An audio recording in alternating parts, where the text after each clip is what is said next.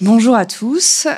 Du coup, je vais vous présenter l'étude de la motivation et de la satisfaction des partenaires d'hommes utilisateurs de contraception masculine hormonale et thermique. Et je n'ai pas de conflit d'intérêt.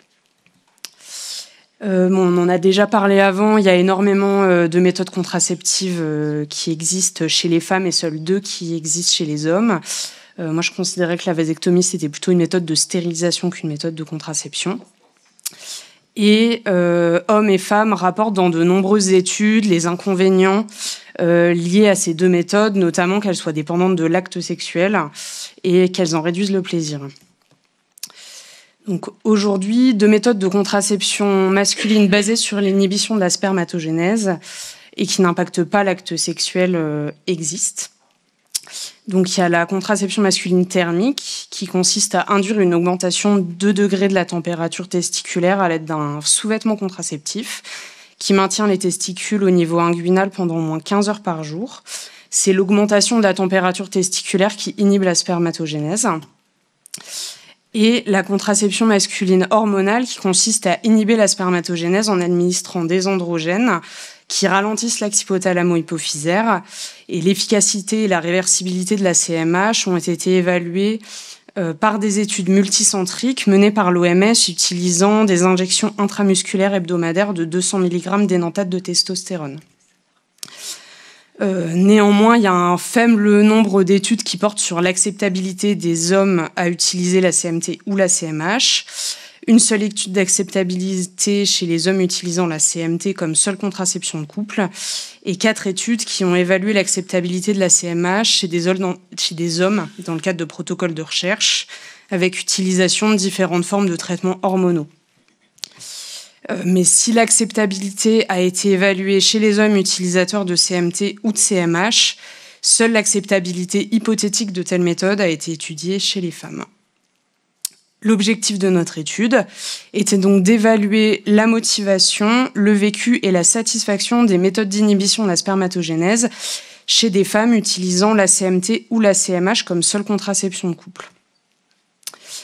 Nous avons réalisé une étude descriptive transversale. Le recrutement a été fait chez des femmes qui utilisaient ou avaient utilisé une contraception masculine thermique ou hormonale comme seule contraception dans leur couple.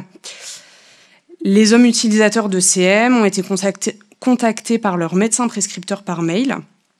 Les hommes contactaient ensuite, demandaient à leur partenaire si elles souhaitaient participer, et si c'était le cas, les hommes nous renvoyaient l'adresse électronique de leur partenaire. Les femmes étaient ensuite contactées par mail automatique qui leur donnait accès à un questionnaire anonyme en ligne après avoir lu et signé un consentement. Pour information, les traitements de CMT ou de CMH impliquent tous 2 une phase d'inhibition de la spermatogénèse d'environ 3 mois après le début du traitement, durant laquelle un autre moyen de contraception doit être utilisé. Et un spermogramme est ensuite réalisé afin de vérifier si le seuil contraceptif est atteint. Si c'est le cas, l'autre méthode contraceptive peut être arrêtée et la phase d'utilisation contraceptive commence. Donc voici le diagramme présentant l'inclusion des participants. Nous avons contacté 123 hommes utilisateurs de CM, principalement des utilisateurs de CMT. 105 hommes nous ont répondu et 91 hommes ont accepté de solliciter leur partenaire.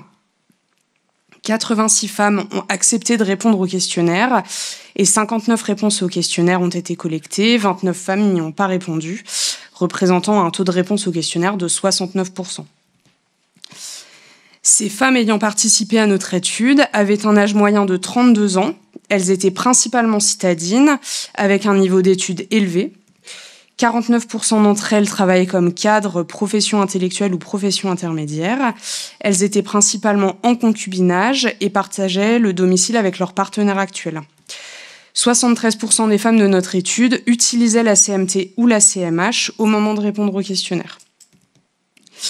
De plus, la majorité de femmes de notre étude n'avaient pas d'enfants et celles qui en avaient les avaient eus avec leur partenaire actuel.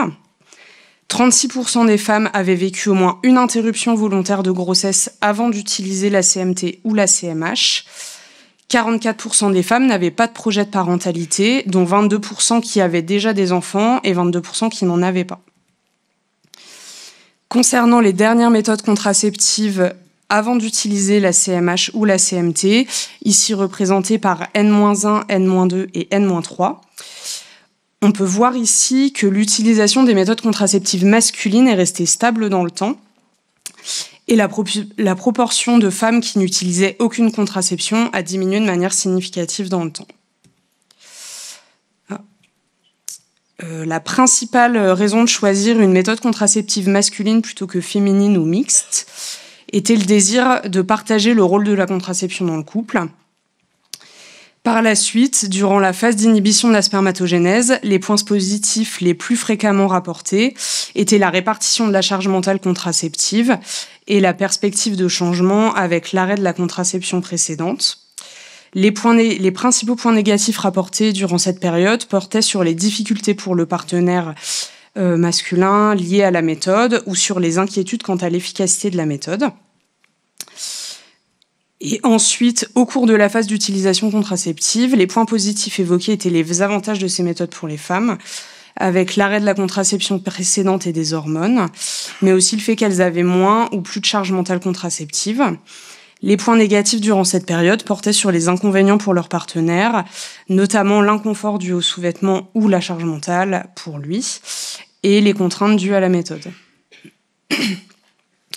Par ailleurs, 58% des femmes de notre étude ne s'impliquaient pas dans la mise en place, l'organisation ou le rappel de la contraception à la phase d'inhibition. Et ce taux augmente à la phase d'utilisation contraceptive, avec 80% des femmes qui ne s'impliquent pas dans la contraception. Pour celles qui s'impliquent, le taux de femmes vérifiant que les hommes aient bien porté leurs sous-vêtements à la phase d'inhibition devient nul à la phase d'utilisation contraceptive, alors que le taux de femmes qui vérifient les résultats du spermogramme reste stable. L'évaluation de la qualité de vie sexuelle avant et pendant l'utilisation de l'ACM a été faite grâce à plusieurs paramètres d'un questionnaire standardisé. Les paramètres sont ici représentés par les lettres A à G et la lettre H représente la synthèse de tous ces paramètres. Tous les critères de qualité de vie sexuelle, à l'exception de la lubrification au cours des rapports représentés par la lettre D, ont augmenté entre l'étape N-3, donc la plus ancienne méthode de contraception avant d'utiliser l'ACM, et la phase d'utilisation contraceptive. Et elle a également augmenté entre la phase d'inhibition de la spermatogénèse et celle d'utilisation contraceptive. Au cours de l'utilisation contraceptive, la confiance dans le couple, le plaisir et le désir sexuel, ainsi que l'opinion que les femmes avaient de leur partenaire, sont restés inchangés ou se sont améliorés. Enfin, le niveau de satisfaction globale à l'égard de la CMT ou de la CMH était de 3,7 sur 4. Les femmes recommanderaient ces méthodes à d'autres couples avec un taux de 3,8 sur 4. Les principales pistes d'amélioration étaient l'accessibilité de ces méthodes avec plus de diffusion d'informations, un accès plus facile aux consultations et au suivi, et une meilleure formation des professionnels de santé, et pour la CMT, les améliorations du sous-vêtement. Alors, les femmes de notre étude présentaient des antécédents d'utilisation contraceptive et de grossesse différents de ceux en population générale française, montrant qu'elles ont rencontré des difficultés à trouver une contraception qui leur convenait. En effet, 36% des femmes de notre étude avaient déjà vécu au moins une IVG contre 33% en population générale française. La non-utilisation de contraception était également plus élevée à N-3 et N-2 que dans la population générale française. De plus, avant d'utiliser la CMT ou la CMH, ces femmes montraient une utilisation stable des méthodes contraceptives masculines dans le temps, quand elles ont tendance à diminuer en population générale française. Cette stabilité de l'utilisation des contraceptifs masculins avant la CMT était également constatée chez les hommes utilisateurs de CMT. Dans ces couples, on peut donc dire que les hommes étaient déjà plus impliqués dans la contraception que les hommes en population générale. Le partage de la charge mentale était l'un des principaux points forts aux phases d'inhibition et d'utilisation contraceptive. De plus, 80% des femmes indiquaient ne pas s'impliquer dans l'organisation de l'ACM. Ces données sont concordantes avec des études antérieures d'acceptabilité hypothétique de l'ACM dans lesquelles les femmes indiquaient qu'elles feraient confiance à leur partenaire masculin pour prendre en charge la contraception du couple si une méthode contraceptive hormonale était disponible. La satisfaction sexuelle globale des femmes a augmenté de manière significative dans le temps. Cette augmentation de la satisfaction sexuelle a également été constatée chez les hommes utilisant la CMT, et la fonction sexuelle ne changeait pas pendant le traitement chez les hommes utilisateurs de CMH. Ces données, elles paraissent d'autant plus pertinentes que les femmes ont indiqué dans plusieurs études antérieures qu'une caractéristique importante dans le choix de la contraception était le fait que celle-ci n'interfère pas avec le plaisir sexuel. Notre étude présentait plusieurs limites. La population féminine était limitée, en particulier pour les utilisatrices de CMH. Nous avons examiné les questionnaires complets et incomplets, ce qui pourrait entraîner un manque de puissance, et le caractère historique de certaines données de notre questionnaire pourrait induire un biais de mémorisation. Néanmoins, cette étude a été réalisée auprès d'une population de femmes ayant réellement utilisé la CMT ou la CMH comme seule contraception de couple, se rapprochant ainsi de la vie réelle. Nous avons également axé notre étude sur 2 types de contraception masculine différentes basées sur l'inhibition de la spermatogénèse. Le taux élevé de participation à l'étude suggère une bonne implication des femmes dans la contraception masculine. Au total, cette enquête menée auprès de femmes utilisant des méthodes d'inhibition de la spermatogénèse comme unique moyen de contraception a montré que ces femmes étaient une part singulière de la population générale française qui avait eu du mal à trouver une contraception qui leur convenait. Ces femmes ont su faire confiance en leur partenaire pour prendre en charge la contraception du couple et ont tiré bénéfice de ces méthodes. Elles étaient globalement satisfaites de la CMT ou de la CMH même dans leur vie sexuelle et recommanderaient ces méthodes à d'autres couples. Les résultats positifs des femmes concernant ces méthodes, associés aux résultats positifs précédemment trouvés chez les utilisateurs masculins, devraient encourager le développement de ces méthodes. Pour plus d'informations, cette étude a fait l'objet d'une publication dans la revue américaine Andrology, si vous voulez plus de renseignements. Merci pour votre attention.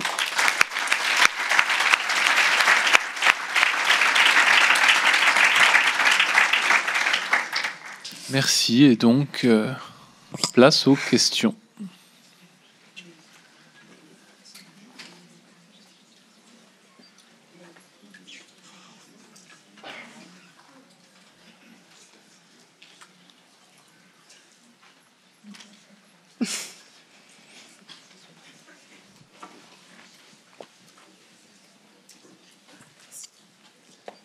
Bonjour, merci pour votre travail. Je suis médecin généraliste.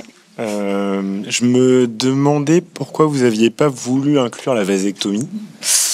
Alors déjà, c'était vraiment... Alors, aujourd'hui, la vasectomie, effectivement, il y a des méthodes de vasostomie qui permettent la reperméabilisation, mais elle est plutôt considérée comme une méthode de stérilisation et pas comme une méthode de contraception. L'idée, c'était vraiment de voir le vécu des femmes sur des méthodes réversibles basées sur l'inhibition de la spermatogénèse. Voilà pourquoi on n'a pas étudié la vasectomie.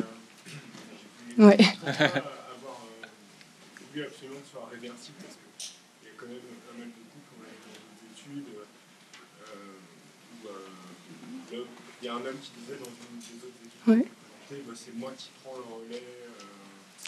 Alors, la vasectomie, effectivement, elle est disponible pour... bon, effectivement, c'est à partir de 18 ans, comme l'a dit ma collègue, mais c'est vrai que c'est plutôt chez des couples qui ne veulent pas ou plus d'enfants. Enfin, on ne le propose pas à des hommes de 20 ans qui veulent avoir des enfants dans 15 ans. Enfin, c'était... parce que là, l'échantillon de femmes qu'on avait, c'était des femmes de 20 à 49 ans.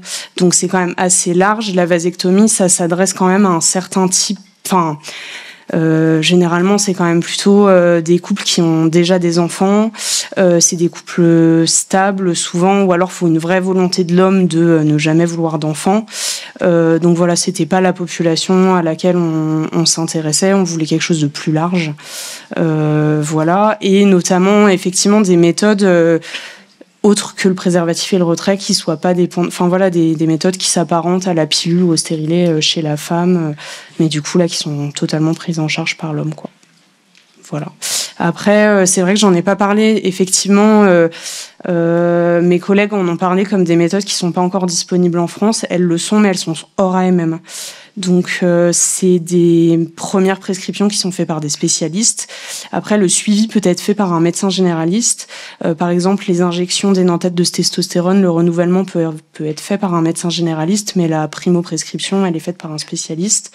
Donc, urologue, andrologue, gynécologue, endocrinologue.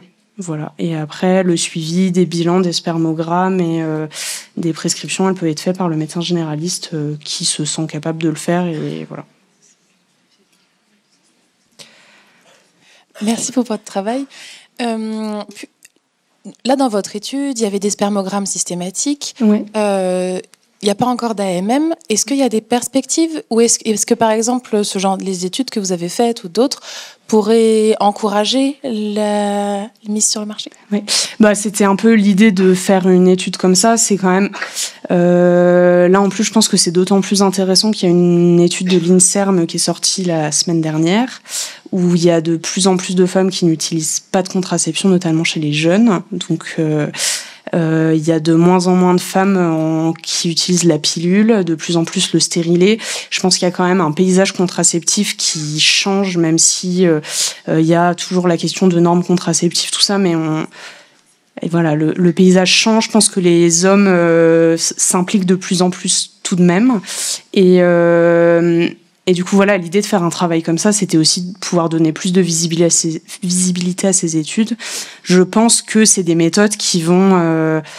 je l'espère, et je trouve qu'il y a quand même de plus en plus de demandes, notamment chez les hommes jeunes, des possibilités qui existent. On se rend compte qu'il y a plus de demandes que d'offres. Et du coup, je pense que l'offre va suivre la demande. Donc, voilà. Il y a des guides qui existent. J'ai eu la chance pour ce travail de travailler avec le docteur Mieuxet à Toulouse qui a mis en place, qui a fait les études sur le slip, duquel donc le slip, c'est la méthode de laquelle a dérivé l'andro-switch, donc l'anneau. En fait, on parle de slip chauffant, c'est pas un slip chauffant, en fait, c'est le corps qui chauffe. Et l'anneau, il est dérivé de cette méthode-là. Donc j'ai eu de la chance de pouvoir travailler avec le docteur Mieuxet qui a fait les études là-dessus, avec le docteur Soufir qui a énormément fait aussi sur la contraception masculine hormonale en France. C'est des études qui datent d'il y a longtemps, hein. C'est des études qui datent des années 90. Donc voilà, je pense que si de plus en plus d'hommes s'intéressent aussi à ça, c'est des méthodes qui pourront être plus proposées. Voilà. Ce sera la dernière question.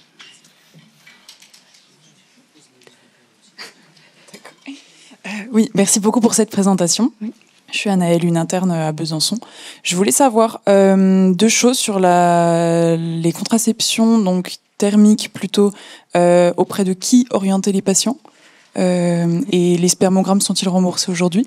Oui. Et pour le côté contraception plutôt hormonale, sous quel délai peut-on espérer quelque chose de délivrable aux patients, histoire de répondre précisément aux questions. Pour les slips chauffants, alors je sais qu'il y a certains plannings familiaux. Je n'ai pas la liste. Il y a le site Ardecom dont parlait ma collègue tout à l'heure, qui liste des médecins qui proposent ce type de méthode. Donc c'est trouvable en ligne. C'est assez peu quand même. Enfin, moi j'ai passé énormément de temps à travailler cette thèse, donc on a l'impression que c'est quelque chose de connu et qu'il y a énormément de gens qui le font. Enfin, en fait, il y a quand même assez peu de gens qui le font, mais il y en a de plus en plus. Pour les médecins généralistes, il y a la SALF, la Société d'andrologie de langue française, qui propose des formations sur la journée pour se sensibiliser à ce type de méthode. Et pour les contraceptions hormonales, effectivement, il y a le gel qui est en cours d'étude et qui devrait... il me semble que c'est en phase 2, je crois. Donc voilà, ça va probablement sortir. Il y a plutôt des bons résultats. Les injections de testostérone, elles sont déjà disponibles, mais du coup hors AMM. C'est plutôt souvent des endocrinologues ou des urologues qui le proposent. Faut chercher, il y a des médecins qui se revendiquent quand même faire de la contraception masculine. Donc, faut chercher. Il n'y a pas de liste établie. Voilà, c'est quand même assez niche. Mais, merci beaucoup. Et puis la question de mon voisin de derrière, c'était a-t-on des chiffres sur les indices de Pearl de ces moyens de contraception ou pas encore?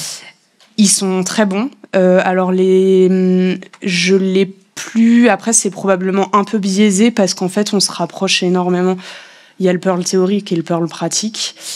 Sur les études là qui ont été faites, en fait, il me semble que dans la contraception masculine thermique, on compte en cycles. Donc sur plus de 500 cycles, il y a une seule grossesse qui est apparue, mais il y avait un mésusage du slip. Donc voilà.